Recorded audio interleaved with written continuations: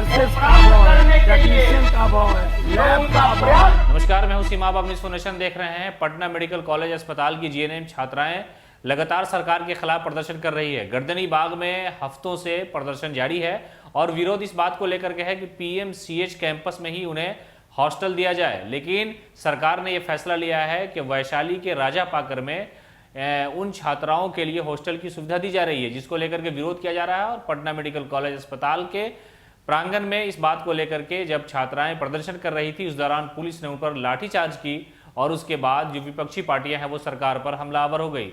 आज जन अधिकार पार्टी के राष्ट्रीय अध्यक्ष पप्पू यादव गर्दनी बाग पहुंचे और वहां छात्राओं से मिलकर के उन्हें आश्वासन दिलाया कि सरकार से बात की जाएगी और सरकार के लिए ये कोई मुश्किल काम नहीं है कि 300 या उससे अधिक बच्चियों को राजधानी में हॉस्टल की सुविधा न मिले।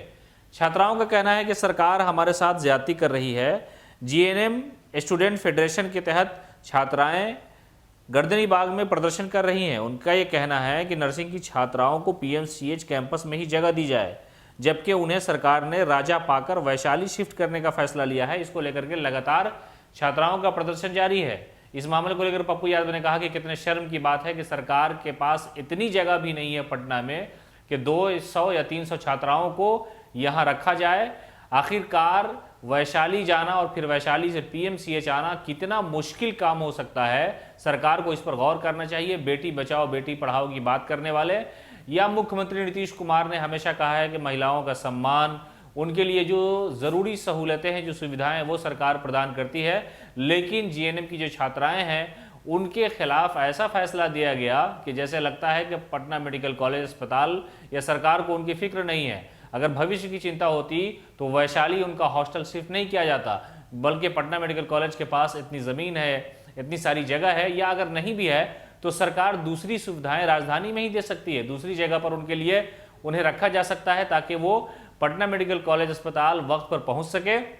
इसलिए कि जिन बच्चियों पर जिम्मेदारी है और हेल्थ का जो सिस्टम है वो लगातार बिगड़ रहा है। तो कुल मिलाकर के राजेश रंजन और पप्पू यादव गर्दनी बाग पहुंचे थे, उन छात्राओं से मुलाकात की और कहा कि सरकार के लिए शर्म की बात है कि इन बच्चियों को रहने की सुविधा सरकार राजधानी में नहीं दे पा रही है, जबकि कई ऐसी जगह है, कई ऐसे मकान, कई ऐसी बिल्डिंगें हैं, सरकारी भवन है जहां पर इन बच्चियों को ठहराया जा सकता है। लेकिन सरकार ने एक ऐसा तुगलकी फरमान जारी किया कि इन बच्चियों को पीएमसीएच के बजाय वैशाली भेजने का निर्णय ले लिया, जिसको लेकर के छात्राएं लगातार प्रदर्शन कर रही है।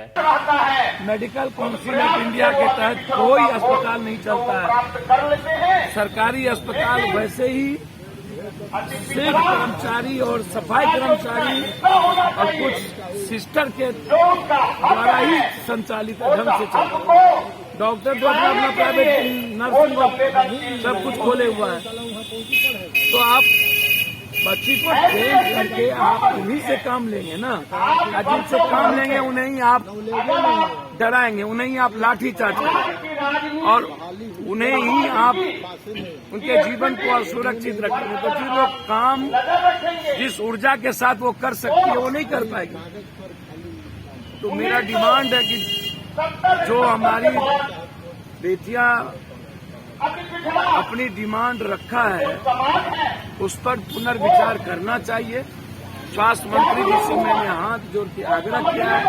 पुनः विनती करूंगा कि अल्टरनेट व्यवस्था, वैकल्पिक व्यवस्था को सरकार को विकल्प के तौर पे सरकार ये कह रही है कि ये बेटियां जाके हॉस्टल ढूंढ के लाए। नहीं, ऐसा कुछ नहीं कहा। नहीं, ये कह रही है लड़कियां। नहीं। भैया मैं एक बात बोलूं, स्वास्थ्य मंत्री से ये लोग मिले भैया स्वास्थ्य मंत्री से मैं इन लोगों के मिलने के बाद बात किया, मैंने आग्रह किया रोकिएगा बबूल खाइएगा खजूर। इस गवर्नमेंट को पदाधिकारी चलाते हैं। गवर्नमेंट स्पीकर असुरक्षित, सीएम असुरक्षित, विधानसभा में विधायक असुरक्षित। कौन सुरक्षित है इस बिहार में? घर में बच्ची असुरक्षित, बाहर बच्ची असुरक्षित। जसवाल कहता है हमारी नहीं सुनता, तो हालात अच्छे नहीं हैं। मैं पुनः मिलूंगा स्वास्थ्य मंत्री से और मैं चाहूंगा जो भूख हड़ताल पर बच्ची है इन्हें इतना कठोर निर्णय नहीं लेना चाहिए और सरकार को भी इस बच्चियों के हालात को देखते हुए अविलंब कोई निर्णय लेना चाहिए।